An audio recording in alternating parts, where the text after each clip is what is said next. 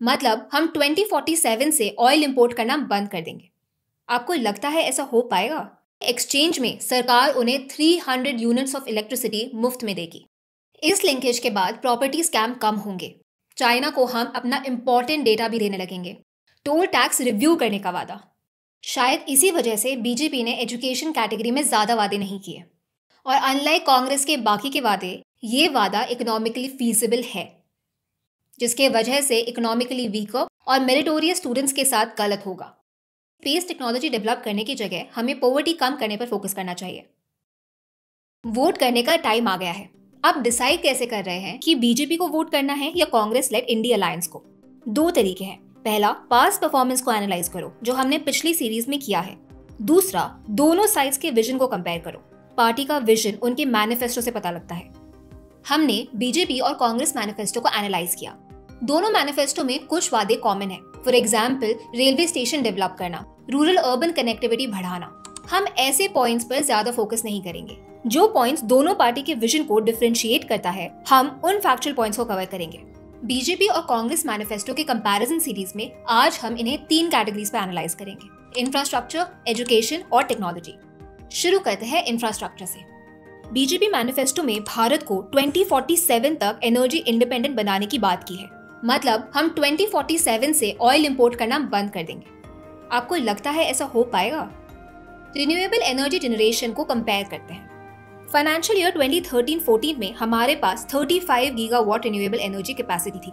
मतलब total energy generated का 6% renewable energy से था। फाइनेंशियल ईयर 2023-24 में हमारे पास 136 गीगावाट रिन्यूएबल एनर्जी है। मतलब टोटल एनर्जी जनरेटेड का 32% रिन्यूएबल एनर्जी से है। हमने पिछले 10 सालों में ऑलमोस्ट 300% रिन्यूएबल कैपेसिटी इंक्रीज की है। इसके अलावा हम 36 gigawatt large hydro power plant से जनरेट करते हैं और 7 गीगावाट न्यूक्लियर एनर्जी से। मतलब हम 2023-24 में 43% ऑफ टोटल इलेक्ट्रिसिटी खुद प्रोड्यूस कर रहे हैं। अगर हम इसी स्पीड से रिन्यूएबल कैपेसिटी बढ़ाते रहे तो इजीली 2047 तक हम एनर्जी इंडिपेंडेंट हो जाएंगे। रिन्यूएबल एनर्जी को बूस्ट देने के लिए प्राइम मिनिस्टर सूर्य घर मुफ्त बिजली योजना भी लॉन्च हुई है। इसमें पुअर और middle class families rooftop solar panels लगाएंगी, जिसके एक्सचेंज में सरकार उन्हें 300 यूनिट्स ऑफ इलेक्ट्रिसिटी मुफ्त में देगी। रूफटॉप पैनल्स लगाने के लिए बैंक से सब्सिडी भी दी जा रही है। अगर आप इस स्कीम में इंटरेस्टेड हैं तो मैं डिस्क्रिप्शन में इसका लिंक दे दूंगी, आप वहां से जान सकते हैं। आपको पता है कि रिन्यूएबल एनर्जी कंसिस्टेंटली पावर नहीं प्रोवाइड कर सकती। जैसे सोलर पैनल्स रात को एनर्जी प्रोड्यूस नहीं कर सकते। तो रिन्यूएबल एनर्जी को स्टेबलाइज करने के लिए large scale battery energy storage infrastructure बनाया जाएगा। गवर्नमेंट प्राइवेट सेक्टर को इस इंफ्रास्ट्रक्चर में इन्वेस्ट करने के लिए इंसेंटिवाइज करेगी। सिर्फ घर रिन्यूएबल एनर्जी से चलना काफी नहीं है, ट्रांसपोर्ट सिस्टम को भी ग्रीन एनर्जी पर स्विच होना पड़ेगा। उसके लिए इलेक्ट्रिक कार्स हैं जो बैटरी से चलते हैं। बैटरी चार्जिंग इंफ्रास्ट्रक्चर को बढ़ाने का भी वादा किया है। गाड़ियां ग्रीन हाइड्रोजन टेक्नोलॉजी से भी चलती है। इसमें बैटरीज का यूज होने की जगह फ्यूल सेल का यूज होता है। बैटरीज हैवी और पोल्यूटिंग मटेरियल से बनाई जाती है। On the other hand, hydrogen powered fuel cell से कुछ पोल्यूशन नहीं होता। बेसिकली रिन्यूएबल एनर्जी को यूज करके वाटर का इलेक्ट्रोलिसिस होगा। H2O से हम H2 अलग कर लेंगे। ये स्टोर किया जाएगा और धीरे धीरे फ्यूल सेल में रिलीज किया जाएगा। ये एटमॉस्फेयर के ऑक्सीजन के साथ कंबाइन होगा, जिसका आउटपुट एनर्जी और पानी होता है। जिस चीज से आपने स्टार्ट किया वही अल्टीमेटली वापस मिला। ये टेक्नोलॉजी मार्केट में आने लगी है। बीजेपी मैनिफेस्टो में स्मॉल मॉड्यूलर न्यूक्लियर रिएक्टर पर इन्वेस्टमेंट बढ़ाने की बात की है। इससे न्यूक्लियर एनर्जी का share in total energy increase होगा। बीजेपी ने अपनी फ्लैगशिप ट्रेन वंदे भारत का नया version Vande Bharat sleeper train launch करने का वादा किया है। इसकी प्रोडक्शन ऑलरेडी शुरू हो चुकी है और जल्द ही ये ट्रेन रोल आउट हो जाएंगी। जब आप रेलवे में ट्रैवल करते हो तो अलग अलग सर्विसेज के लिए अलग अलग ऐप यूज करते हो। इससे यूजर एक्सपीरियंस खराब होता है। इसकी जगह सरकार ने एक सुपर ऐप का वादा किया है। रीजनल रैपिड ट्रांजिट सिस्टम पर काम आगे बढ़ाने की बात की है। RRTS को मैंने पिछली वीडियो में एक्सप्लेन किया है, उसका लिंक मैं आपको डिस्क्रिप्शन में दे दूंगी। अगले 5 सालों में बीजेपी ने इंटरनेशनल एयरपोर्ट्स बढ़ाने की बात की और जो एयरपोर्ट्स ऑलरेडी हैं उन्हें मल्टी मॉडल हब्स में कन्वर्ट कर दिया जाएगा। मतलब एयरपोर्ट से वॉकिंग डिस्टेंस पर आपको मेट्रो कनेक्टिविटी मिल जाएगी, बस स्टॉप मिल जाएगा, फास्ट ट्रेन मिल जाएगा। जैसे दिल्ली और बैंगलोर के एयरपोर्ट की कनेक्टिविटी है, दूसरे एयरपोर्ट्स की कनेक्टिविटी भी वैसी की जाएगी। बीजेपी ने next generation land record digitization भी अनाउंस किया है। इसको रेवेन्यू कोर्ट्स और रजिस्ट्रेशन ऑफिसेज से लिंक किया जाएगा। इस लिंकेज के बाद प्रॉपर्टी स्कैम कम होंगे, रियल एस्टेट सेक्टर को बूस्ट मिलेगा, कोर्ट केसेस जल्दी सॉल्व होंगे और कौन से नेता के पास कितनी प्रॉपर्टी है ये भी क्लियर हो जाएगा। 5G नेटवर्क्स को एक्सपैंड करने पर काम किया जाएगा। साथ ही 6G टेक्नोलॉजी डेवलपमेंट भी शुरू कर दी जाएगी। ऑगमेंटेड रियलिटी और वर्चुअल रियलिटी से रिलेटेड हेवी एप्स यूज करते टाइम आपको 4G और 6G का डिफरेंस पता लगेगा।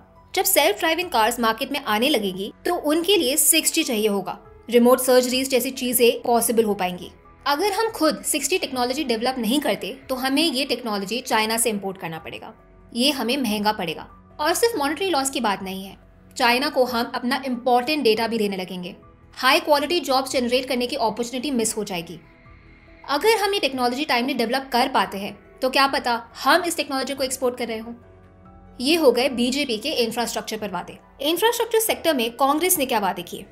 प्राइवेट और पब्लिक कैपिटल मोबिलाइज करके इंफ्रास्ट्रक्चर डेवलप करने का वादा, रेलवे मॉडर्नाइज करने का वादा, टोल टैक्स रिव्यू करने का वादा, एयरपोर्ट और वाटर पोर्ट्स के ऊपर एक और रेगुलेटिंग रेजिम लाने का वादा, ग्रीन एनर्जी प्रमोट करने का वादा। स्कीम्स के थ्रू म्यूनिसिपैलिटी और ग्राम पंचायत में इतनी रिन्यूएबल एनर्जी कैपेसिटी डेवलप कर दी जाएगी जितनी उस एरिया को चाहिए। ये अचीव हो गया तो इंडिया 5 सालों में एनर्जी सेक्टर में सेल्फ रिलायंट हो जाएगा। ग्राउंड वाटर एक्सट्रैक्शन के लिए सोलर पावर्ड इंजन्स के यूज को प्रमोट करने का वादा भी किया है। नेचुरल रिसोर्सेज को एक्सप्लोर और एक्सट्रैक्ट करते टाइम एनवायरनमेंट का ध्यान और लोकल कम्युनिटी से कंसल्ट किया जाएगा। बीजेपी ने अपनी इंफ्रास्ट्रक्चर पॉलिसी को अपग्रेड किया है। रिन्यूएबल एनर्जी पे बहुत ज़्यादा फोकस किया है, जिससे हम एनर्जी इंडिपेंडेंस के साथ साथ स्ट्रैटेजिक इंडिपेंडेंस भी अचीव कर पाएंगे। कांग्रेस पॉलिसी अच्छी है पर ये और विजनरी हो सकती थी। इसमें कुछ डिफरेंशिएटिंग पॉइंट नहीं है। अब आते हैं हम एजुकेशन सेक्टर पर। एजुकेशन और डिफेंस पॉलिसी लॉन्ग टर्म में रिजल्ट देती है। बिना रिजल्ट देखे सरकार हर 3-4 साल में नई पॉलिसी लाएगी तो 10 साल बाद उन्हें समझ ही नहीं आएगा कि किस पॉलिसी ने काम किया और किसने नहीं। 2020 में ही बीजेपी नेशनल एजुकेशन पॉलिसी लाई थी। 2030 तक सरकार को इसमें ज्यादा चेंजेस नहीं करने चाहिए। शायद इसी वजह से बीजेपी ने एजुकेशन कैटेगरी में ज्यादा वादे नहीं किए। पिछले 10 सालों में उन्होंने कई IITs, IIITs, AIIMS, medical colleges और यूनिवर्सिटीज खोली हैं। इस मैनिफेस्टो में बीजेपी ने इनको ग्लोबल स्टैंडर्ड्स तक ले जाने का वादा किया है। बीजेपी मैनिफेस्टो में डिजिटल यूनिवर्सिटी शुरू करने का वादा है। इसमें इंडस्ट्री रिलेटेड कोर्सेज फ्री में प्रोवाइड किए जाएंगे। इससे कई लोगों को एम्प्लॉयबल स्किल्स मिलेंगे, जिससे वो खुद अपनी लिविंग कंडीशन इंप्रूव कर पाएंगे। ये स्किल इंडिया मिशन के डिजिटल फॉलोअप की तरह है। कांग्रेस ने एजुकेशन सेक्टर में क्या प्रॉमिसेस किए? अभी right to education act 6 to 14 years old यानी क्लास 8 तक है। कांग्रेस ने वादा किया कि वो इसे क्लास 12 तक एक्सटेंड कर देंगे। ये सारे गवर्नमेंट स्कूल्स और प्राइवेट स्कूल्स की 25% सीट्स पर एप्लीकेबल होगा। ऑलमोस्ट हर डेवलप्ड कंट्री में फ्री, यूनिवर्सल और क्वालिटी स्कूल एजुकेशन मिलती है। हम इस स्टेप के थ्रू फ्री और यूनिवर्सल कैटेगरी में आगे बढ़ पाएंगे। मिड डे मील जो अभी क्लास 8 तक मिलता है उसे भी क्लास 12 तक एक्सटेंड करने का वादा किया। ये पेरेंट्स और बच्चों के लिए स्कूल एजुकेशन कंटिन्यू रखने का बड़ा इंसेंटिव है। जब फैमिली में कम खाना होता है तो फीमेल चाइल्ड का हिस्सा बाकी फैमिली मेंबर्स के हिस्से के कंपैरिजन में ज्यादा कम होता है। इस स्कीम से उनको दिन का एक प्रॉपर मील गारंटीड है और अनलाइक कांग्रेस के बाकी के वादे, ये वादा इकोनॉमिकली फीजिबल है। कांग्रेस ने क्लास 9 से 12 के बच्चों को मोबाइल फोन्स देने का वादा किया और साथ ही स्कूल्स में फ्री और अनलिमिटेड इंटरनेट का। आपको क्या लगता है, ये स्टेप सही है? स्कूल्स में स्टेम सब्जेक्ट्स पर फोकस करने का वादा किया। ये भी वादा किया कि नेशनल एजुकेशन पॉलिसी को फिर से अमेंड करेंगे। इस वादे में कोई मेरिट नहीं है, बस पॉलिटिक्स है। कांग्रेस ने नीट एग्जाम को ऑप्शनल करने की बात की है। NEET is an anti-poor exam and we are more than happy to allow you to take the decision on whether you want to take this exam or not. वापस state governments अपने खुद के medical entrance exams शुरू कर देंगे। इससे क्या होगा? जो बच्चा दिल्ली में मेडिकल एंट्रेंस एग्जाम नहीं क्लियर कर पा रहा वो तमिलनाडु से क्लियर कर लेगा। इससे पूरे देश में अलग अलग स्टैंडर्ड्स के डॉक्टर्स बनेंगे। बच्चे के ऊपर मल्टीपल एग्जाम देने का प्रेशर होगा। स्टेट एग्जाम्स में पेपर लीक होने के बहुत हाई चांसेस होते हैं, जिसके वजह से इकोनॉमिकली वीकर और मेरिटोरियस स्टूडेंट्स के साथ गलत होगा। आपको क्या लगता है, हमें ऑल इंडिया लेवल एग्जाम्स को हटा देना चाहिए? कांग्रेस मैनिफेस्टो में यूनिवर्सल फ्री एजुकेशन और मिड डे मील्स वाले पॉइंट्स अच्छे हैं। बीजेपी ने एजुकेशन सेक्टर में ज्यादा प्रॉमिसेस नहीं किए, पर उनकी 2020 की नेशनल एजुकेशन पॉलिसी अपने आप में ट्रांसफॉर्मेशनल थी। अब आते हैं हम लास्ट कैटेगरी पर, टेक्नोलॉजी एंड इनोवेशन। बीजेपी के वादों से लगता है कि वो स्पेस टेक्नोलॉजी से रिलेटेड पूरे इकोसिस्टम को डेवलप करने पर फोकस करेंगे। कुछ लोगों का मानना है कि स्पेस टेक्नोलॉजी डेवलप करने की जगह हमें पॉवर्टी कम करने पर फोकस करना चाहिए। स्पेस टेक्नोलॉजी से एजुकेशन प्रमोट होता है, आप ऑनलाइन कोर्सेज एक्सेस कर सकते हो। गरीब जब शहर में पैसे कमाकर वापस घर भेजता है तो उसमें स्पेस टेक्नोलॉजी का यूज होता है। किसी भी डिजास्टर के बाद गरीबी बढ़ जाती है। स्पेस टेक्नोलॉजी की हेल्प से हम डिजास्टर को प्रिडिक्ट कर सकते हैं। फॉर एग्जाम्पल, पहले हजारों लोग साइक्लोन में मारे जाते थे, अब ये सिंगल डिजिट में आ गया है। रिसेंटली स्पेस टेक्नोलॉजी से रिलेटेड और फील्ड्स ओपन अप हुई हैं, जैसे स्पेस माइनिंग, जिससे आप इंपॉर्टेंट और नए मेटल्स बाकी के स्पेस से माइन करके वापस धरती पर लाकर डेवलपमेंट कर सकते हो। ये रिसर्च एंड डेवलपमेंट के लिए इंपॉर्टेंट है। इससे मेडिसिन, रोबोटिक्स, एस्ट्रोफिजिक्स में डेवलपमेंट होगा और मॉडर्न वॉरफेयर में मिसाइल्स के यूज बढ़ चुके हैं, उसको काउंटर करने के लिए स्पेस टेक्नोलॉजी डेवलप करना क्रिटिकल है। बीजेपी ने कहा है कि वो अगले 5 सालों में गगनयान लॉन्च करेंगे, जो फर्स्ट मैन्ड स्पेस मिशन होगा। इसके बारे में और जानने के लिए आप डिस्क्रिप्शन में लिंक्ड वीडियो को देख सकते हैं। साथ ही सरकार ने मैन्ड मून मिशन का भी वादा किया, मतलब हम अपने एस्ट्रोनॉट्स को मून पर ले जाएंगे। अभी तक सिर्फ अमेरिका ने एस्ट्रोनॉट्स को मून पर भेजा है। रशिया ने 2031 से मैन्ड मून मिशन की बात की है, चाइना ने 2030 से, और बीजेपी के मैनिफेस्टो के अकॉर्डिंग हम 2029 तक व्योमनॉट्स को मून पर लैंड करा देंगे। साथ ही हम बस भी बना देंगे। वो बस नहीं, ये बस भारतीय अंतरिक्ष स्टेशन, ये भारत का स्पेस स्टेशन होगा। अभी सिर्फ 2 स्पेस स्टेशन है, इंटरनेशनल स्पेस स्टेशन जिसमें यूएस, रशिया, जापान और यूरोपियन कंट्रीज इन्वॉल्व है, और तियांगोंग स्पेस स्टेशन जो चाइना का है। तो naturally next space station Bharat का होना चाहिए।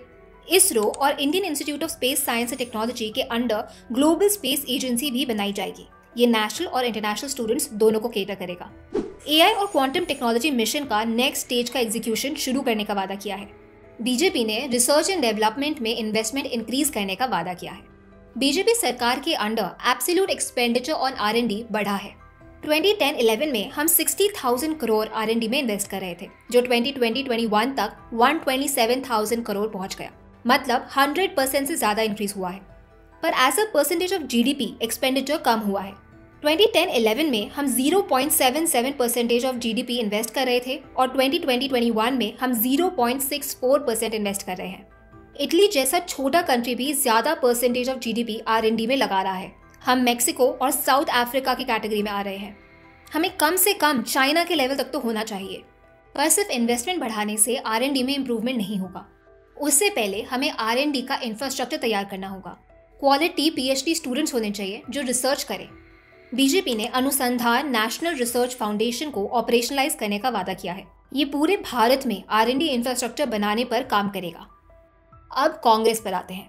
कांग्रेस मैनिफेस्टो में एग्रीकल्चर में R&D इन्वेस्टमेंट को डबल करने का वादा किया है। ये अच्छा स्टेप है। इसके अलावा मैनिफेस्टो में टेक्नोलॉजी और इनोवेशन की बात नहीं हुई है।